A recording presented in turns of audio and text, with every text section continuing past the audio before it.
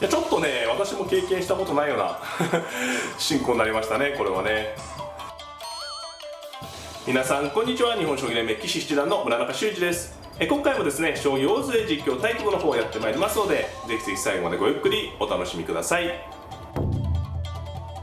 あなたが後手です。はい、私は今回後手番ですね。開始。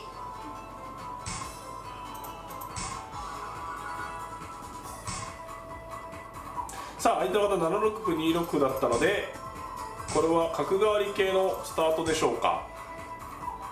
そうですね、7七角だったら角換わりですね。はい。さあ角を交換して角換わり、ちょっと久しぶりな気がしますね。2二銀で、お、これは筋違い角ですね。いやーちょっと久しぶりだな。これは一歩ね取るのが狙いですね。はい、シンプルに金上がって、これどういう対策が良かったのかこれは角を手放すんですけど、一歩手にして、この端攻めとかと絡めてね指していくっていう指し方ですね。いや懐かしいな。これどうやるのが対策として良かったのか、ちょっとね私も久しぶりなので迷いますね。さあ銀上がるとこ端ついてくるっていうのは狙いですね。どうしようかな。飛車先の歩交換をね狙って、この場合すぐはできるかどうか微妙なところもあるんで、飛車先の交換許して指しますか。よって交換してるかもしれないですけどね。金上がってきましたね。さてこれは角を追ってみますか。もう一手ね。この角をめぐる序盤戦ですね。で4五角、銀上がって、なるほどなるほど。これで角を収納した後にね、この右の角のラインで攻めるっていうのはこの筋違い角のね特徴ですね。なので私も角を追って、そちらですか。いやこちらと思いきやね。なるほどなるほど。これもまたこの角の利きとにかく気をつけてですね、うっかり4三金とか上がっちゃうと大変なことになっちゃいますね。これは王様を囲いますか。いやちょっとね私も経験したことないような進行になりましたね、これはね。この角がどうなるかがこの将棋の大きなポイントでしょうか。4六歩ですか。3四銀って勝ちたいけど1六角で狙われるかもしれないんでね、3四銀から3四銀とかこの歩狙ったりとかしたいんですけどね。7四歩しますかね。私は角持ってるんで、どっかで角を、なるほど、そうか、そっちに引いてこの歩狙ってくる。なるほどなるほど、そうかそうか。これは飛車浮きますか。やっぱこの歩取られたくないんでね。この辺り相手は非常に変幻自在というか指し慣れてる感じですね。私の方がこうあんまりね対戦したことがない形なので難しいところですけどね。王様入って、これ一応こう下手んで一応安心は安心ですね。さてここからどうするかですね。6四銀と出て7五歩狙う。6四銀と出て6五ついてくるかもしれないんでね、まっすぐ立ちますか。この歩がねやはり序盤で取られてるんでね、少し矢倉が薄いのがね私の方が気になるところですね。ただしやっぱり角を持ってるんでね、それが大きそうな気もしますけどね。7三ここまで来ると形がねいい形で、無限の方も桂飛んできました。さあ6五歩と突いて攻めていく手が利けば一番いい。同歩7五歩、ややちょっとやりすぎちゃうとね、攻めすぎちゃうといけないので迷いますね。ここまではとりあえず組みましたけれども、どうするか。ここにねここは傷なのでね、桂馬を渡すと3五桂みたいな手があるのがね一つねネックなんですよね。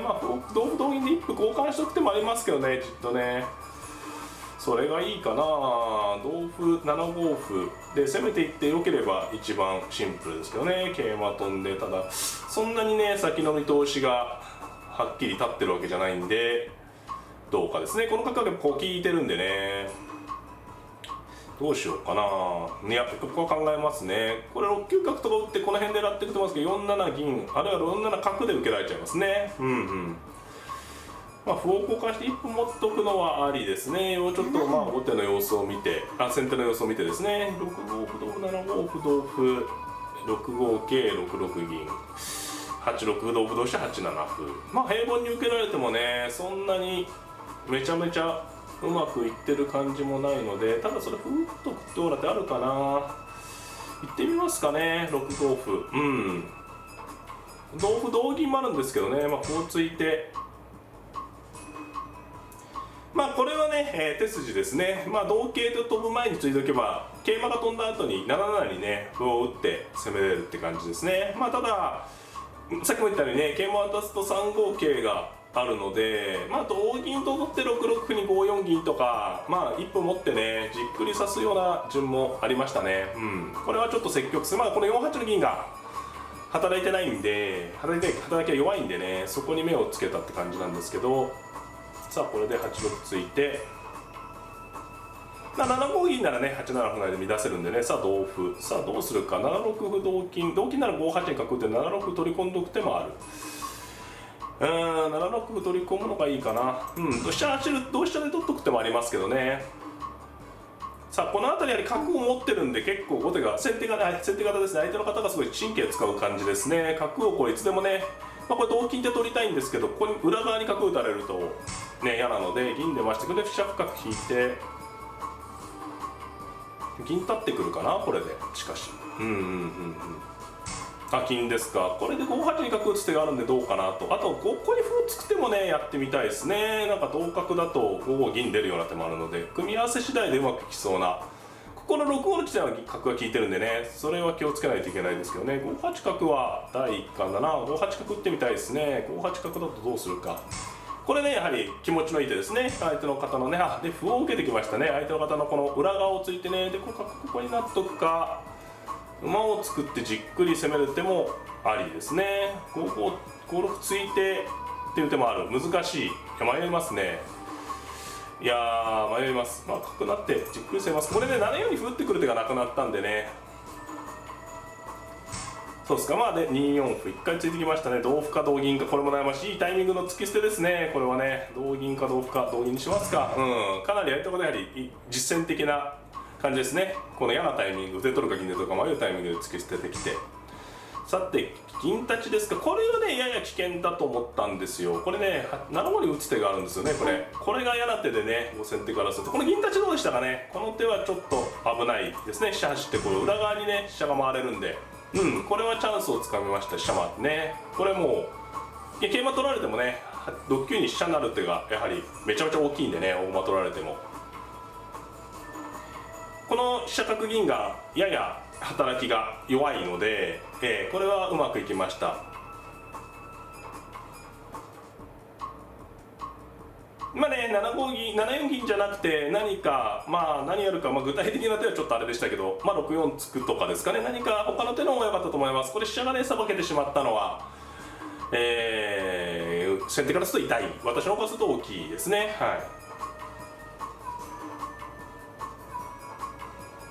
これはね困ったと思います。やはり飛車歩の裏側に飛車が来る形っていうのはね非常に受けにくいんですよね。皆さんも経験したことあると思うんですけどね、これ6七に歩が打てればね全然なんてことない手なんですけど、2歩で打てないんでね。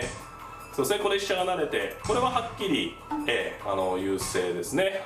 で角ですか。これは両取りなんて取るしかないですね。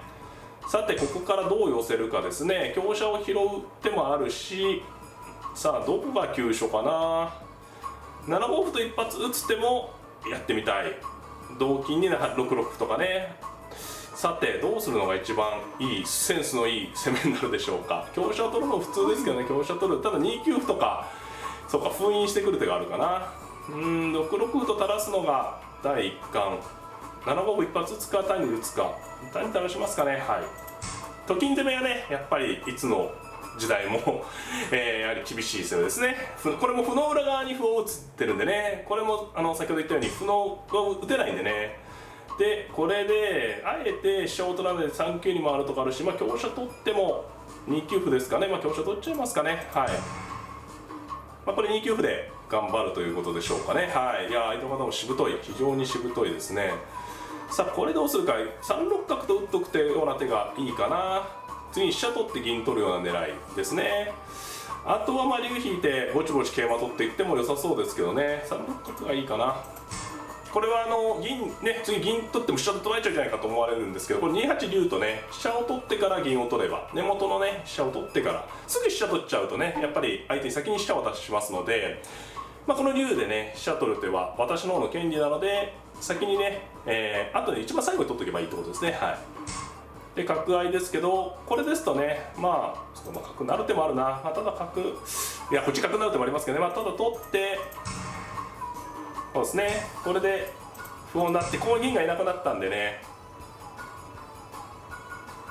さあこれでどうでしょうか。角を打ってね、上ずってこの銀がね今度こっちに打つ手がありますね。これもやっぱりどっかで飛車取る手があるので相当受けにくそうですね。今角を3六に打ったことで5八の銀の守りが消えたんでね、こう金銀がこう上ずった形になりましたんで、こういう形は受けが難しくなってきます。で角を打ったんですが、これはね、飛車を取って飛車を打つと王様上がって上部脱出しようとしてるので、しっかりね寄せないといけない。これ香車を打つのがいいかな。香車打って8七香成を狙います。これの受け方が非常に難しいですね。で8六歩のようなそこで飛車を取るのがねいいでしょう。8六歩と突くとね、こう9七玉から8六玉だけはね、例えば今のところで飛車取って7八飛車と打って9七玉から8六玉と上がれちゃうと入玉されてね大逆転があるので、飛車回りですか。これは根性の受けというかね粘りですけど、これどっちがいいかな。先飛車取る方がいいかな。なるほどなるほど。これで金を引こうってことでしょうね。金引いて今度こっちのルートで頑張ろうと。いや粘り強いですが、ちょっとやっぱ王様がねこちら硬いんでね、次7九飛車と打ってね、詰みがありますので6八金って引くんじゃないかなと思うんですけどね。6八金と引いて6七玉から6六玉のルートが出てくればという感じなんですが、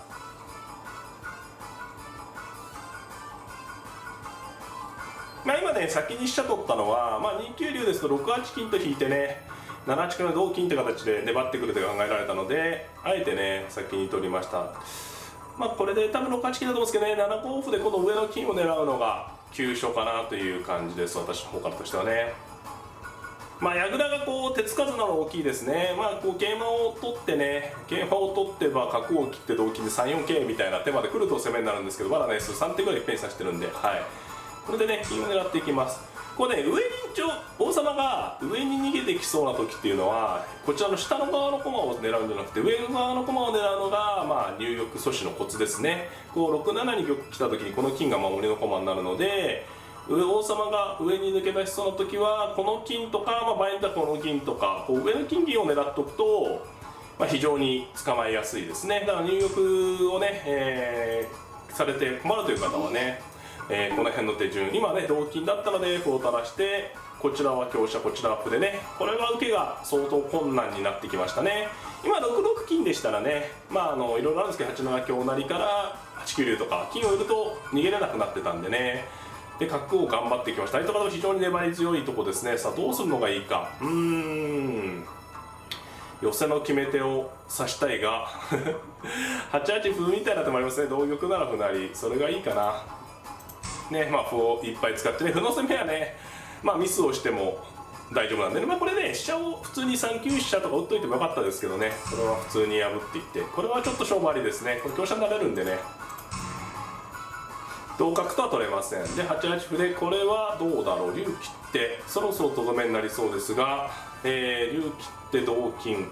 さて残り3分ですか。時間もあるんでね、しっかりとどめを刺したいところ。9七桂は同香、同香同成香でもね桂が難しいですが、詰みはないかな。切っても同金なんでねギリギリ、竜回っとく手もきついな。竜回りがいいですか。これよく見るとねこれが一番良さそうですね。四角に回り込んで香車を取れば金を取る、いろいろあるところですけどね、何せ王様が安全ですから。さあこれで一手一手の寄りですね。詰みがなくても私王様安全なんでね、玉寄りですか。さて今度は詰みがあるかどうか。取って竜で詰みがあるかもしれないが、歩を打って同金、寄せていきましょうね。これで詰みがなくても分かりやすい寄せですね。玉が上がると8八飛車と打って金持ってますから7六玉に8六金で玉が上がれば8八飛車が詰みで歩を受け香車を受けましたが、詰みはないかな。歩を垂らしますか。一手一手の寄せですね。これはね8七金からの即詰み、8七歩でこれはじゃあ必至をかけますかね。飛車を捨ててしまって最後ちょっとかっこよく、いろいろあるところですけどね、飛車を捨てて、私のその飛車を足しても大丈夫なんでね、同玉に歩を成って、これが7九金と8八金の両にらみなんでね、最後はぴったり必至でした。ありがとうございました。りがとうございました。よかったね。